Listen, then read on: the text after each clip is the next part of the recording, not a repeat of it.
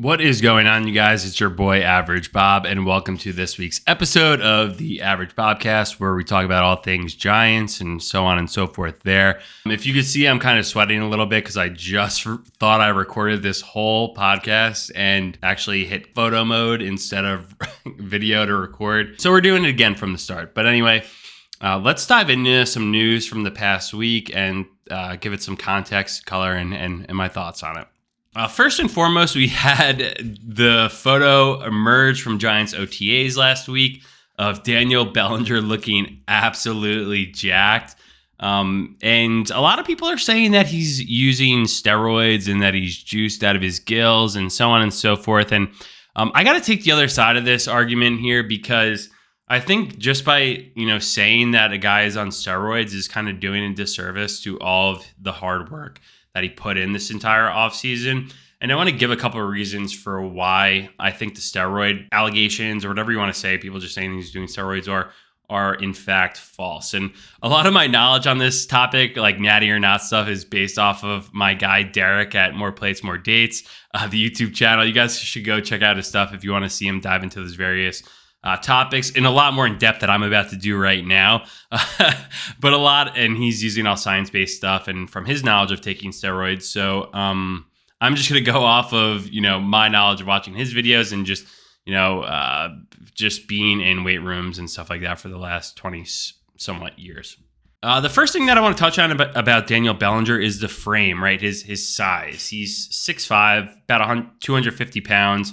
That's a tremendous frame for a younger guy. I also want to touch on his age at 22 years old. And the major thing with his age was if he was 32 years old and we saw this transformation happen, I think everyone would be like, bullshit, test him. Like, this is Fugazi. But he's only 22 years old, where transformations like this are entirely possible. And another reason for that transformation for his size of being 6'5" is that he's going from more of a lower end D1 program in San Diego State. I looked at Google imaged photos of their training facilities. It's pretty, baseline, straightforward to what you would see across the country. So he was obviously doing a good job lifting there and preparing himself for the next level. And then once you get to that next level, you're going away from the San Diego State locker room and training facilities to Giants Stadium, which is super elite. You're getting some of the best nutritionists in the world, coaching and conditioning and strength and conditioning and all of that great stuff. So him being 22 years old and getting all of that and getting a full NFL offseason under his belt where he is lifting and training in these facilities, I don't think is the most uncommon thing to occur. I feel like a lot of guys have crazy jumps in their transformation and putting on more weight and also more strength and also more muscle as they go from their college bodies to their professional NFL bodies. And Daniel Bellinger, as you could see, is taking this very seriously, as he should. And he's also a 4th round pick. So I think he has a chip on his shoulder as well, because then you pair that with Darren Waller being traded. And for everyone saying, Daniel Bellinger had to do steroids once they traded for Waller, that's bullshit, because Daniel Bellinger is going to be lined up at tight end. On top of his age, his enormous frame, the last thing I want to touch on is the lighting. A lot of comparisons between the one photo of him kind of standing like this, in the middle of the field, probably in an afternoon-ish game. Doesn't really present the best lighting compared to and the second picture from last week, where maybe it's like a noon practice or something, the lighting's right above, so it's going to hit and highlight the muscle definition differently. And you can see that, right? The first picture, he's standing there like this, pretty average. And then the next one that highlights all of the muscles is he's holding the ball as hard as he can, running routes on a day last week that was Thursday and Friday were much hotter than what we've seen, recently. We've had days in the 60s, 70s. And then that Thursday and Friday, I think it reached high 80s, even low 90s. So him having his 3rd or 4th or 5th day worth of OTAs, running routes, actually playing football again on a hot turf field, he's going to lose 5 to 10 pounds of water weight, right? It's just what happens. He's running around, and he's also probably put on a shitload of mass the entire offseason that once you start cutting a little bit, that day, losing water weight, you look better. Your muscles show better. You see more veins and vascularity. Look at UFC fighters when they're cutting weight. And I'm not saying that, anyone was cutting weight just for one photo at an OTA to go viral and look cool. That's not the case. But yeah, those UFC fighters, when they step on the scale for weigh-ins, they're super dehydrated and they look insane. So I'm not saying at all that that's what Daniel Bellinger did at all, just for one silly photo. But I think that did play a factor in the difference between standing like this and jacked like this on a hot summer day. And again, I think I said this earlier on, but if I'm wrong about any of this and he does test positive for steroids, I'll be the first one to say I was wrong, because here it is on tape, and that's totally fine too. I'm completely aware that NFL players probably take steroids. They probably cheat tests. But I think the NFL does a pretty good job of catching those individuals. If you look at last year, you had DeAndre Hopkins, who people really liked the Cardinals going into last season, and then they start losing people left and right, and they look terrible. They had the in-season Hard Knocks with them, where you could see all of this on HBO captured, and DeAndre Hopkins doesn't even look like a steroid guy. He looks like a string bean at 6'1", 212 pounds. So he wouldn't really be one that you would think would get tested. And when you see photos of guys like Bellinger, that probably leans towards the NFL or the NFLPA, whoever does the testing, to go in and maybe knock on their door and say, hey, prove that you're clean, And on the other side of that, it's not like the Giants would defend a 4th round pick for testing positive for steroids as if it was like an investment for like a 1st round, or like, say, for example, like say Saquon got popped for steroids. Like, it wouldn't surprise me if the Giants could, or someone could figure out a way to like make it kind of go away or change it to something else, where they're not going to do that for a 4th round pick, because it would risk and if he did do steroids and got caught as a 4th round pick, it would risk your entire career.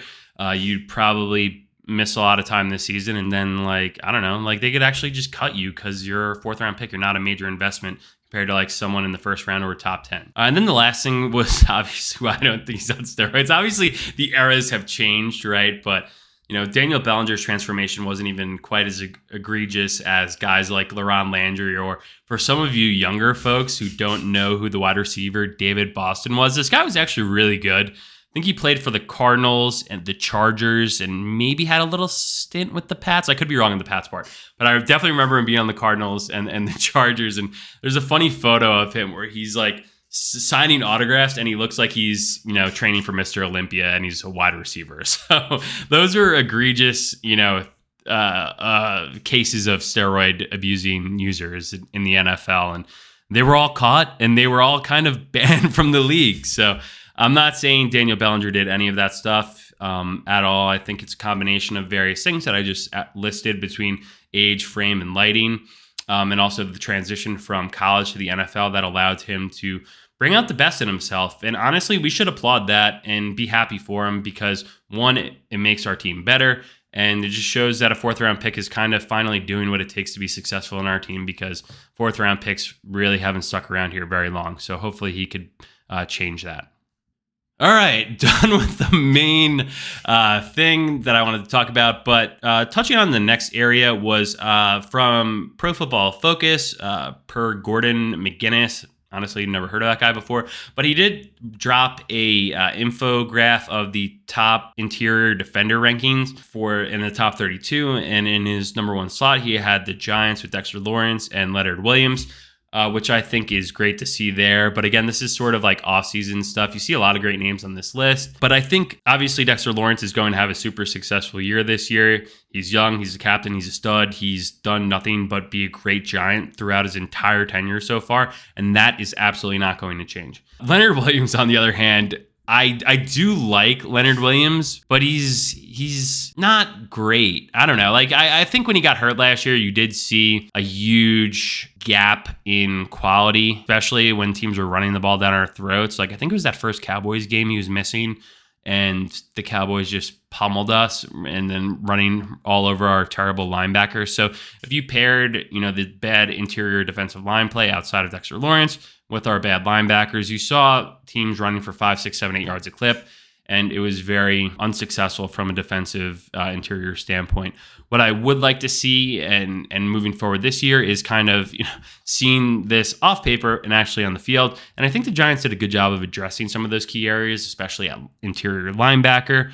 That's a completely transformed position for us. So I think that will help even the defensive interior line up front too, that they can do a little bit more instead of trying to do all of it, because the guys behind Dexter were so bad that maybe they were compensating a little bit too much. But anyway, I think this is good to see, but it's also changed for the better. And also shout out to Leonard Williams for having one Pro Bowl in his entire career, which is in 2016, and he's made over $100 million. Is his agent Ari Gold? I don't really get it, but good for him. And then also on that list was our boy, BJ Hill with the Bengals. So he was obviously traded to the Bengals. I think if BJ Hill did stay with the Giants throughout his entire contract, that contract probably would have gotten to the end and they wouldn't have re-signed him, kind of like what they've done with a lot of other defensive tackles that have gotten to their second contract and they don't re-sign for whatever reason, even though they are kind of decent. And honestly, BJ Hill wasn't as good as he is right now when he was on the Giants. So it's kind of hard to say, like, would you offer him a contract and hope that he would have gotten as much as credibility as the media is giving him now? Yeah, you probably could have got him on a decent discount, I would say, because he wasn't playing that well anyway. And if he was, they wouldn't have traded him for Billy Price. Next up on the list is kind of a bullshit story from GiantsWire.USA Today. Where an NFL executive thinks Jalin Hyatt is squirrely and naive. So to read the full quote from Dan Duggan, the anonymous executive referred to Hyatt as squirrely and naive. Talented athlete, obviously elite speed. The executive said questions are going to be strength and the kid is interesting. He's just young, little squirrely, maybe a little naive. I don't really know what little squirrely means or like what that definition is. Like, is that like a old boomer terminology? Like what does that even mean? But anyway, I don't know if he totally gets it as far as being a pro. I mean, the guy's been a pro for like 2 months, so like I don't know what that means.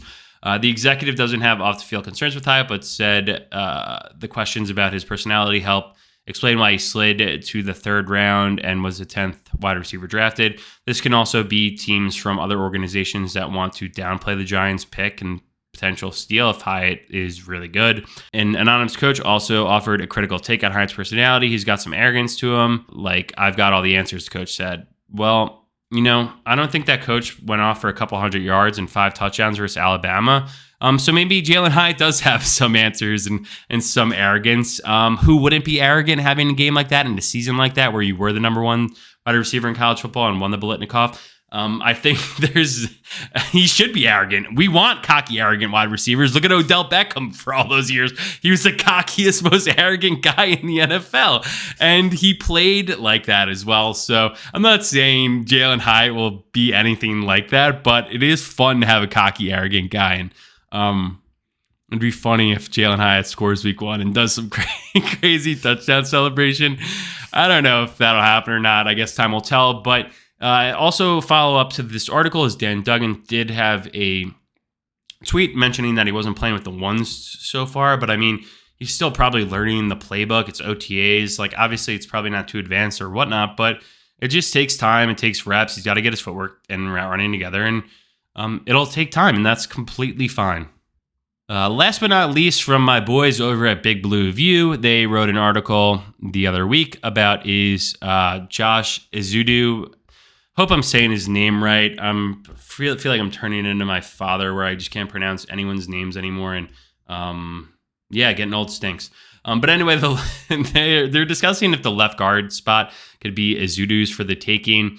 The second-year guy, I would say one major thing that happened with Ezeudu was last season he did step in and play in a couple of games due to injury, and then he himself was also injured in Week 10 with a neck injury where he had to get surgery this offseason, or probably right after, actually, not this offseason. But it's kind of tough, man. Neck surgery when you're a guard and your head is out there every single play. It's kind of tough, man, and that stuff needs to heal. So we'll see how he heals and comes back, and hopefully he could be fine because it's young. But like, dude, neck injuries in football, man, they don't really go together very well. But on top of that, hopefully he is able to heal up and get better, and hopefully can be a contributing factor. Again, kind of what I was talking about, when Cream rises to the top, that there's competition within that interior offensive line where the best guy could win the job. I wasn't very impressed with what we saw from him last year. I think when you watch a lot of the games, you'd see him turned around as Saquon's just running by as fast as he could, and it was Saquon's getting 4 or 5 yards a clip, but it's not because the interior offensive line, Ezeudu, the center, or the other guard were doing anything successful. They were able to get that because Saquon would just be through the hole within, when he wasn't jumping around, or if he hit the hole hard, he'd be through, and then he's on to the second level, right? So it'll be interesting to see how he heals up. I would like to see, obviously we'll have John Michael Schmitz at center, and then kind of the other guard positions will be open. So we'll be able to see kind of how that shakes out, or how they're going to want to pair the offensive line as time progresses. But man, a neck injury when you're young I'm not going to say it's like a death sentence or anything, but it's just tough when you're in that interior offensive line. So you're a guard or center, especially it would be really bad if you were center. So I'll probably never play that position again. But guard too, you're still getting, blunt force trauma to your head pretty much every single play, which is tough. But anyway, thank you guys so much for listening. I hope this podcast, you guys enjoyed it. Let me know what you guys think in the comments. Am I right or wrong on Daniel Bellinger? Again, I will say if I am wrong, I'll be the first one to admit it. But I don't think, as I mentioned before, being a 4th round pick, that this transformation is completely unattainable naturally. I think it is. And I'm glad, and I hope that he was able to do it all naturally, and that he could be a major contributing factor, because I really like thinking about Darren Waller and Bellinger both lined up kind of by each other, and changes the dynamic of the offense. So anyway, hope you guys are having a great summer so far. Average Bob out.